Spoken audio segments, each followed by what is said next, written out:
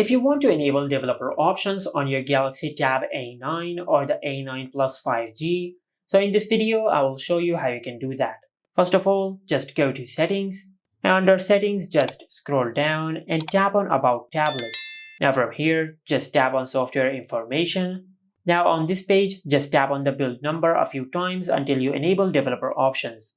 Now just enter your lock screen PIN, then tap on Continue. Now after you do that, just select OK and you will enable developer options on your tablet. Now to find the developer option settings, under Settings just scroll down and at the bottom of the page you will find the option of developer options. Just tap on it to open the developer option settings. Just like that.